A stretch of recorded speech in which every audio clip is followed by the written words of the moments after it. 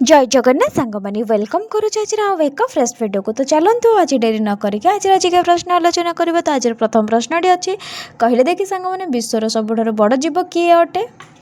विश्वर सबुठारु बड़ जीव किए? ऑप्शन ए हाथी, ऑप्शन बी नीलतिमी, ऑप्शन सी घोड़ा। तो यार राइट आंसर टी कौन ना ऑप्शन बी नीलतिमी। विश्वर सबुठारु बड़ जीव होउछि कि से हमर नीलतिमी। बुझेला सांग माने चलंतु परवर्ती प्रश्नटा आलोचना करबा। 2 नंबर प्रश्नटी होउछि जंगलर राजा किए? कहले देखि सांग माने हम जंगलर राजा किए अटे। तो ऑप्शन ए बाघ, ऑप्शन बी सिंह, ऑप्शन सी भालू।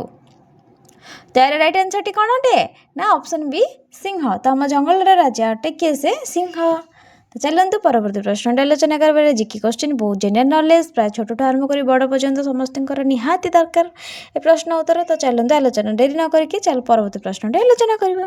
3 नंबर प्रश्नटी होछि भारतर सबुठारु बुद्धिमान प्राणी किए? कहले देखि सांग माने हम भारतर सबुठारु बुद्धिमान प्राणी किए अटे? सबुठु बुद्धिमान किए अटे? तो ऑप्शन ए बानर, ऑप्शन बी कुकुर, ऑप्शन सी बिलेई। तो यार राइट आंसर टी कौन अटे?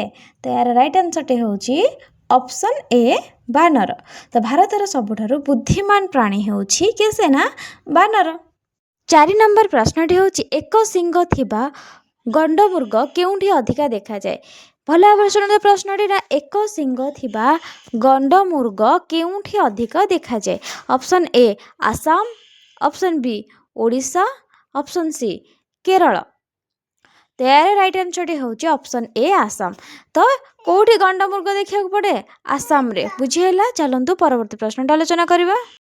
5 नंबर प्रश्नटी होची भारत रे केउ प्राणी शीत निद्रा करे?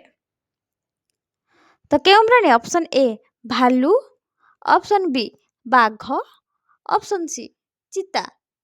त्यार राइट आंसर होची कौन ना ऑप्शन ए भालू। तो भालू आमर कौन करे ना शीत निद्रा करि थाए। बुझिएला चलंतु परवर्ती प्रश्न आलोचना करबा।